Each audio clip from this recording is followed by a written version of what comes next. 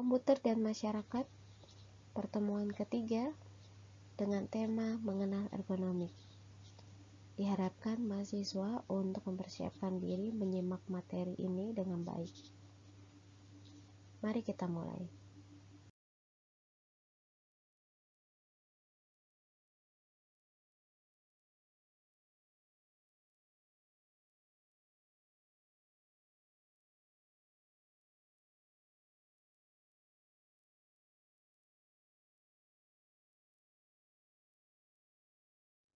Pertama-tama saya akan menjelaskan pengertian dari ergonomik. Menurut Preston J. dan kawan-kawan, ergonomik merupakan ilmu terapan dan desain peralatan untuk mengurangi kelelahan dan ketidaknyamanan operator. Maka ini erat kaitannya dengan kenyamanan kerja. Bagaimana membuat pengguna bekerja dengan nyaman. Karena kenyamanan kerja ini memiliki pengaruh yang nyata terhadap peningkatan ataupun penurunan efisiensi kerja dan juga kualitas kerja. Sehingga aspek ergonomik ini patut kita perhatikan.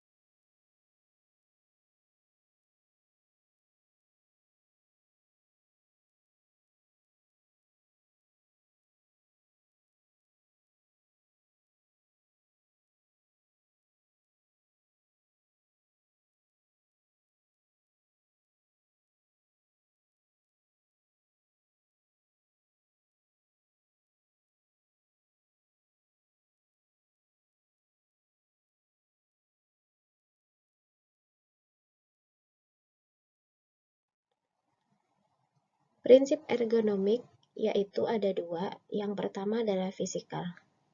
Apa saja prinsip-prinsip fisikal pada ergonomik? Yang pertama adalah menjadikan segala sesuatunya mudah untuk dijangkau. Kemudian yang kedua, bekerja dengan tinggi yang sesuai atau cocok. Ketiga, bekerja dengan postur yang sesuai. Keempat, mengurangi pengeluaran tenaga yang berlebihan. Kelima, meminimalkan kepenatan atau keletihan. Keenam, mengurangi pengulangan yang berlebihan. Ketujuh, memberikan ruang dan akses. 8. Meminimalkan kontak stres. Ini mungkin berkaitan juga dengan kebisingan dan lain sebagainya supaya tidak terlalu stres. Kalau terlalu bising maka pekerjaan pun tidak efisien.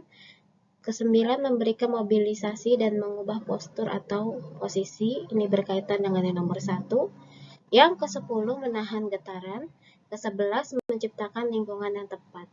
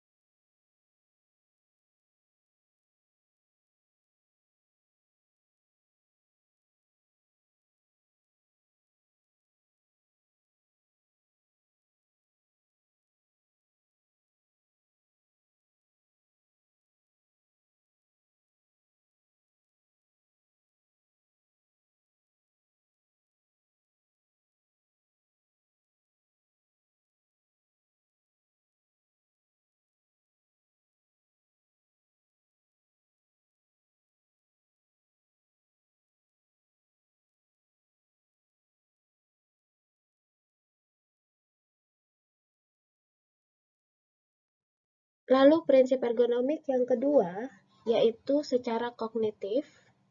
Apa saja yang dimaksud dengan prinsip kognitif dalam ergonomik?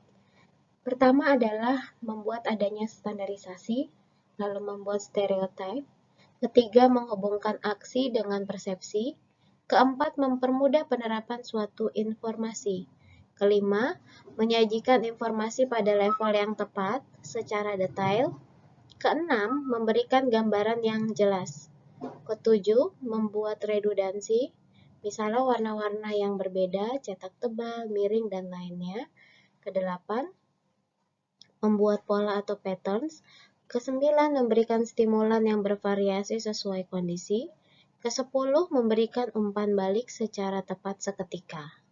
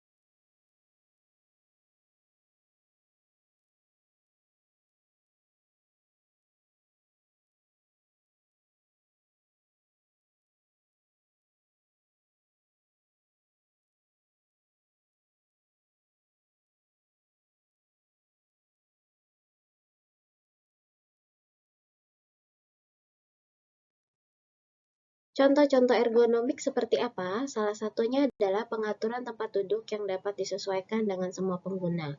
Ergonomik harus bisa memahami seluruh kondisi manusia, baik dari segi anatomi, fisiologi, psikologi, engineering, manajemen, dan desain atau perancangan untuk melaksanakan tugas yang berguna. Ini kaitannya erat dengan posisi duduk, lalu cahaya, sehingga mempengaruhi psikologi pekerja gitu ya. Kalau engineering biasanya temperatur ya. Kemudian contoh penerapan ergonomik dibagi menjadi 3, yaitu pada penerapan masalah di lingkungan, masalah kesehatan, dan yang ketiga adalah penggunaan warna. Apa saja contoh penerapannya?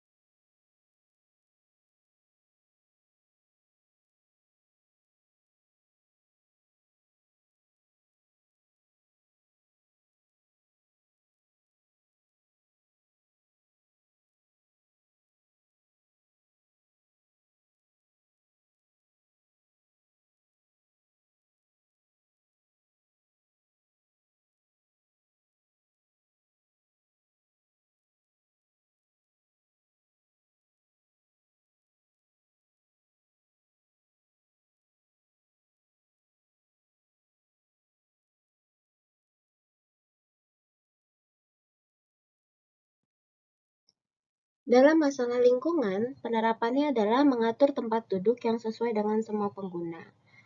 Atau di sini ada contoh, misalnya menyiapkan meja yang sesuai dengan kebutuhan. Kalau terlalu kecil, itu juga tidak sesuai, maka tidak bisa menempatkan semua barang dengan baik. Lalu menempatkan barang atau keperluan kerja itu yang mudah diakses, seperti contoh di bawah ini, bagaimana menempatkan folder, keyboard, mouse, kemudian telepon, dan lain sebagainya. Lalu ada contoh juga bagaimana menyiapkan tempat duduk yang sesuai. Di sini ada contoh yang salah, yaitu tempat duduk sejajar dengan meja. Hal ini membuat pengguna harus bungkuk menggunakan komputer. Nah, ini juga bisa mempengaruhi kenyamanan. Sedangkan contoh yang selanjutnya adalah contoh yang benar, yaitu di mana pengguna bisa berinteraksi dengan nyaman, terus tempat duduk pun bisa diatur, lalu barang-barang pun dapat diakses dengan baik. Inilah perbedaan lingkungan yang tepat dan tidak tepat secara ergonomik.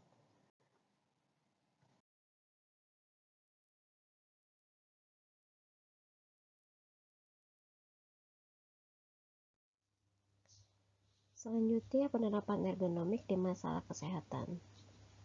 Untuk menyelesaikan masalah kesehatan ini dengan menggunakan ergonomik adalah pertama adalah memikirkan posisi fisik. Artinya, kondisi lingkungan seperti temperatur dan kelembapan, cahaya, dan gangguan itu perlu dipikirkan. Di bawah ini ada gambar tentang bagaimana menyiapkan kursi dan meja yang digunakan sebagai tempat komputer. Nah, jadi meja ini apabila kursinya tidak bisa diatur dengan sesuai dengan posisi pengguna, itu juga tidak baik.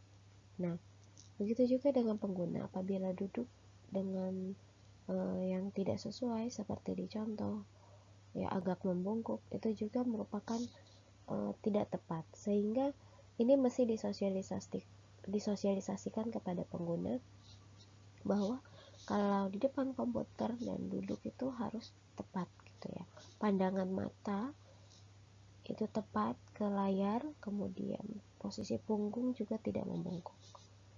Lalu bagaimana dengan temperatur? Kalau temperatur yakni suhu yang terlalu panas atau dingin akan mempengaruhi kinerja dan kesehatan.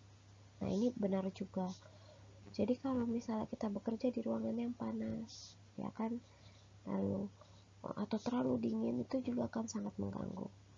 Penelitian menunjukkan bahwa kinerja seseorang akan menurun pada suhu yang tinggi atau rendah karena hilangnya konsentrasi.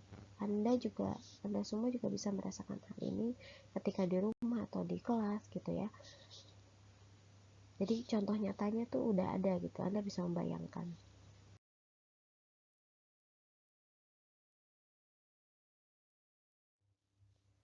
Selanjutnya, masalah kesehatan itu juga berhubungan dengan pencahayaan, yakni tingkat pencahayaan harus disesuaikan dengan lingkungan kerja. Pencahayaan yang cukup dengan posisi yang tepat harus disediakan untuk memudahkan penggunaan melihat layar. Ya, suara atau kebisingan ini juga merupakan masalah. Maka kita juga harus menyiapkan tempat yang tidak bising, karena suara yang berlebihan dapat membahayakan kesehatan. Tingkat suara atau kebisingan harus dipertahankan pada level yang sesuai atau nyaman, karena suara dapat menjadi stimulus bagi pengguna dan menjadi suatu konfirmasi terhadap aktivitas sistem. Nah, konfirmasi pada aktivitas sistem ini suara yang dihasilkan oleh komputer misalnya. Ya, aplikasi yang kita buat misalnya itu ada menggunakan suara untuk menyatakan suatu aktivitas sistem. Itu pun tidak boleh mengganggu gitu. Nah, di sini ada contoh ruangan kerja yang tidak ada sekatnya, terus pencahayaannya kurang. Ini apabila Anda bekerja di tempat ini akan terasa kurang efektif. Berbeda dengan ruangan kerja yang ada di bawah, contohnya setiap meja ada skat atau satu skat itu 2 orang. Pencahayaannya juga sangat baik. Nah, ini Anda pasti akan lebih nyaman bekerja di ruangan pada contoh yang kedua.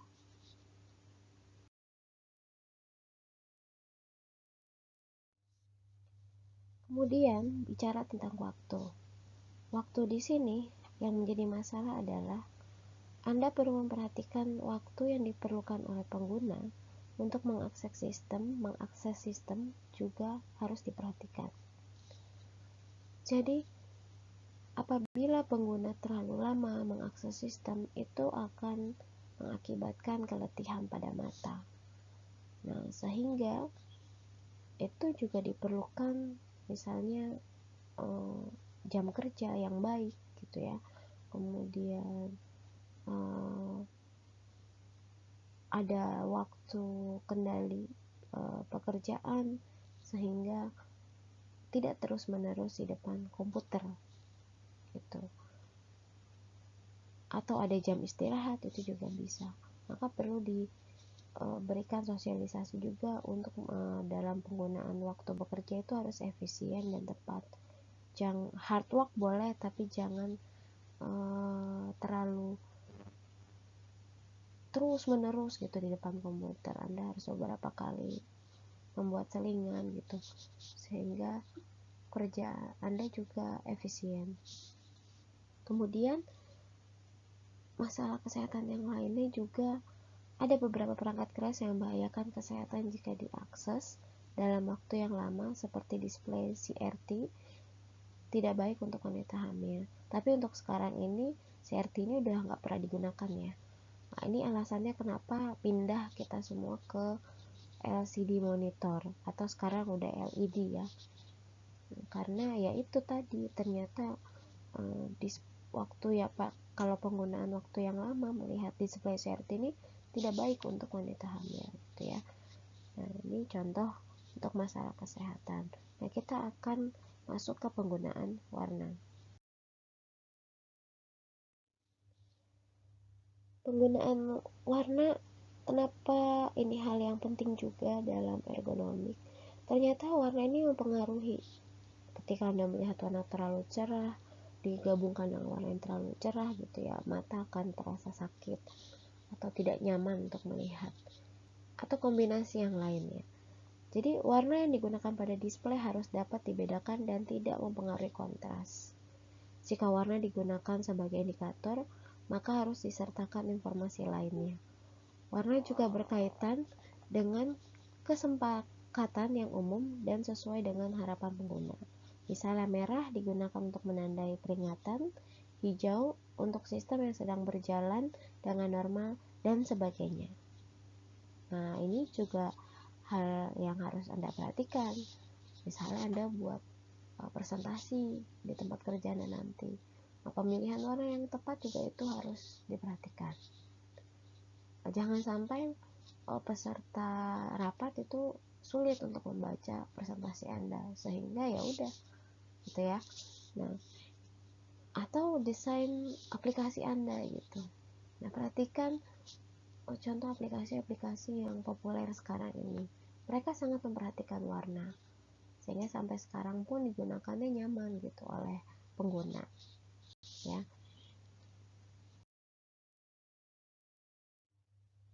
Lalu bagaimana mengatasi masalah ergonomik saat menggunakan komputer? Nah, di sini saya berikan contoh bagaimana menyelesaikannya.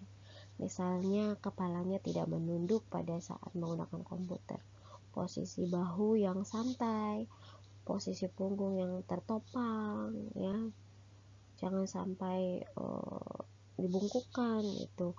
Pandangan juga harus sejajar dengan komputer, tangan sejajar lengan bawah gitu ya, tangannya sejajar dengan lengan bawah. Nah, itu jangan sampai ada yang agak naik lengannya gitu ya, atau bahunya, itu juga menimbulkan kelelahan atau pegal gitu tangan. Atur benda-benda dalam jangkauan, jangan yang jauh-jauh, misalnya yang gampang dijangkau. Gunakan bantalan yang lunak untuk menopang paha bagian bawah. Nah, ini juga perlu diperhatikan. Kaki pada bantalan kaki, lalu tinggi monitor yang sejajar pandangan dan lengan. Nah, ini ya salah satu cara untuk mengatasi masalah ergonomik saat menggunakan komputer. Banyak lagi caranya yang tadi ya, misalnya temperaturnya berapa, ada kedap suara, dibikin dinding yang kedap suara, pencahayaan. Nah, itu juga merupakan salah satu cara mengatasi masalah ergonomik yang sudah saya jelaskan sebelumnya. Sehingga Anda sebagai seorang ahli informatika atau komputer itu tidak hanya membuat, tapi juga menyiapkan perangkat ketika diimplementasikan tuh seperti apa seharusnya. Nah, salah satu hal yang harus diperhatikan adalah ergonomik ini, gitu ya. Ketika mau membuat desain aplikasi lalu mengimplementasikannya, bagaimana supaya pengguna nyaman. Kalau pengguna nyaman, maka aplikasi atau sistem yang Anda buat pun nanti akan berjalan dengan lancar, gitu ya. Yang jelas harus sesuai juga tujuannya, gitu. Jadi ini merupakan salah satu aspek saja yang membuat sistem berhasil diimplementasikan, dan masih banyak aspek lainnya yang harus Anda perhatikan. Nah, jika ada pertanyaan, maka Anda bisa menanyakannya langsung. Kita akan sedang chatting ya, live chatting. Anda bisa bertanya setelah materi ini selesai disampaikan. Lalu akan ada tugas ya. Saya akan sampaikan tugas yang ketiga. Tugas yang ketiga adalah buatlah video bebas. Anda mau buat reel, kehidupan real atau animasi yang mampu menjelaskan kepada masyarakat bagaimana penerapan ergonomik saat bekerja dengan komputer. Nah, jadi Anda harus menyiapkannya ketika masyarakat tuh lihat video Anda tuh mengerti gitu. Bukan secara teoritis ya, tapi Anda menyajikan dengan baik supaya masyarakat paham ketika melihat video Anda bahwa penerapan ergonomik ini yang harus dilakukan pada saat bekerja dengan komputer, gitu ya. Anda bebas memilih solusi ergonomiknya dari beberapa permasalahan masyarakat saat menggunakan komputer dengan menerapkan ergonomik pada komputer. Durasi videonya 5 sampai dengan 7 menit. Lalu videonya wajib diunggah ke YouTube dan memberikan link videonya di Trello. Ya, di grup Trello kan kita sudah buat. Ya, saat ini berlangsung pun kita sudah menggunakan Trello. Pengumpulan paling lambat tanggal 1 April 2020 pukul 21 waktu Indonesia Barat. Nah, saya akan menjelaskan poin-poin tugas yang sebelumnya dengan yang sekarang. Tugas 1 yang waktu itu kita kumpulkan tanggal 13 Maret 2020, itu ketika Anda mengumpulkan Anda mendapatkan 5 poin. Lalu tugas 2, jika Anda mengumpulkan tepat waktu tanggal 20 Maret 2020, maka Anda mendapatkan 5 poin. Lalu tugas 3 ini jika Anda kerjakan dan dikumpulkan tepat waktu tanggal 1 April 2020, itu Anda akan mendapatkan 20 poin. Jadi, jika tugas Anda lengkap dari 1 sampai 3, maka Anda sudah mengumpulkan 30 poin. Ya, demikian saya jelaskan materi untuk pertemuan ketiga tentang masalah ergonomik. Tentunya masalah-masalah ergonomik ini Anda juga harus perhatikan. Terima kasih.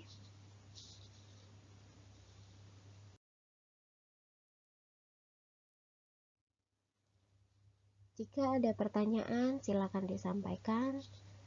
Nah, dengan batas waktu yang sudah saya berikan, ini kita boleh saling sharing atau boleh bertanya. Nanti akan saya jawab secara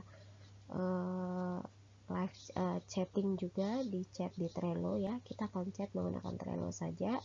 Kemudian untuk absensi, wajib absen sesuai dengan arahan yang sudah saya berikan. Terima kasih. Salam damai sejahtera untuk kita semua.